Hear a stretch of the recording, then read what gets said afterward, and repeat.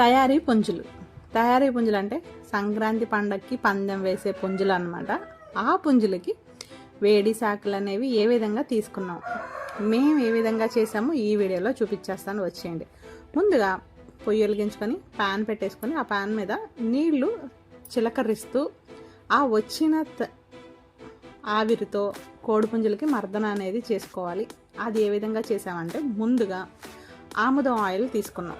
ఆముదం ఆయిల్ తీసుకొని ఆముదం ఆయిల్ని కోడిపుంజు అంతా మర్దన చేసుకోవాలి.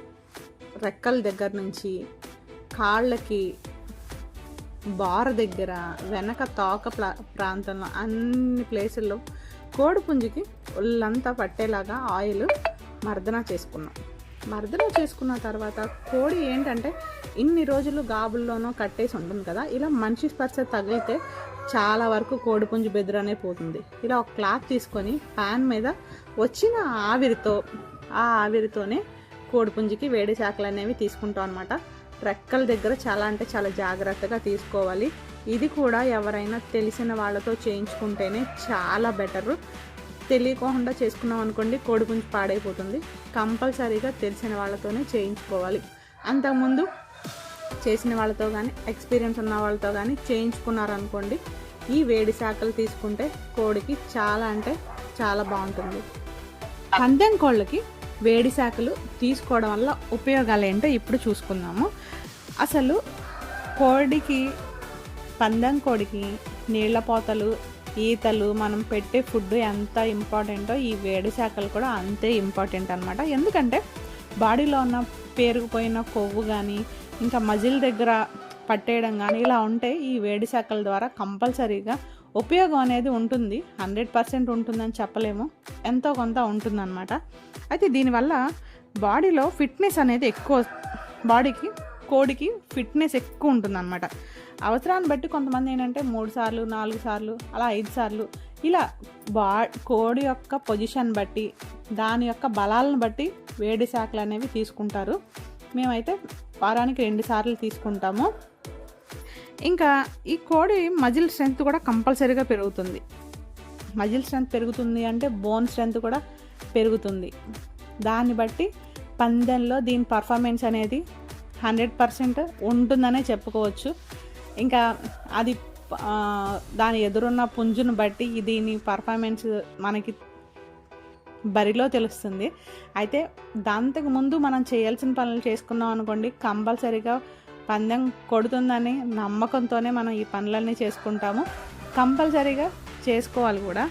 అయితే ఇంకా ఈ శాఖలు వచ్చేసరికి కోడిపుంజులకి వేడి నీళ్లు చిమ్మరించి మనం ఆవిరితో పెడతాం కదా, ఇలా పెట్టడం వల్ల కోడి ఎలా తయారవుతుందంటే ఎంత ఫ్రెష్గా కనిపించిందంటే, మేము ఈ శాఖలు తీసుకున్న తర్వాత కోడి చాలా ఫ్రెష్గా కనిపించింది అనమాట.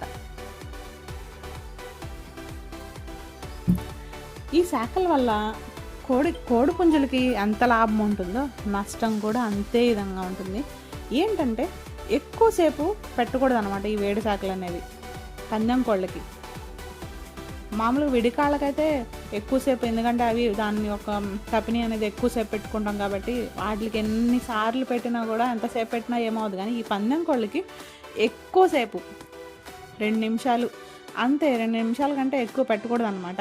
పెట్టుకున్నాం అనుకోండి ఏమవుతుందంటే కోడిపుంజులో ఉన్న బాడీలో వాటర్ లెవెల్స్ అనేవి ఎక్కువ తగ్గిపోతాయి అన్నమాట. తగ్గిపోతే మనకు కూడా శీతాకాలంలో బాడీ అనేది కొంచెం రఫ్గా తయారవుతుంది. ఎందుకంటే చలికాలంలో వాటర్ తక్కువగా తాగుతాం కాబట్టి వాళ్ళు స్టిఫ్గా తయారయ్యి బాడీ ఏమవుతుందంటే పగులుతుంది అనమాట. కోడిపుంజులకు కూడా సేమ్ అంతే, వేడి లోపల ఉన్న వాటర్ అంతా డీహైడ్రేట్ అయిపోయి బాడీ అనేది కొంచెం పెళుసుబారితనంగా అయిపోతుంది. అందుకే ఈ వేడి శాఖలు అనేవి ఎక్కువసేపు పెట్టకుండా మ్యాక్సిమం 2 నిమిషాలు 3 నిమిషాల్లో కంప్లీట్ చేసేసుకున్నాం అనుకోండి, చాలా బాగుంటుంది.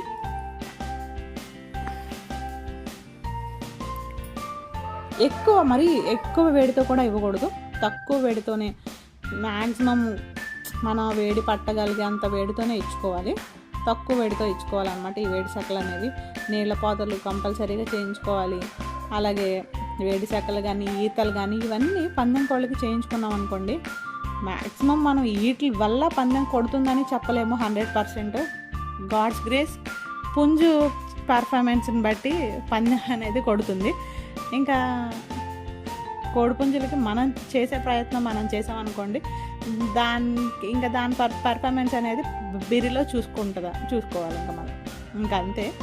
ఈ విధంగా మేమైతే కోడిపుంజులకి శాఖలు అయితే ఇచ్చేసేసుకున్నాము.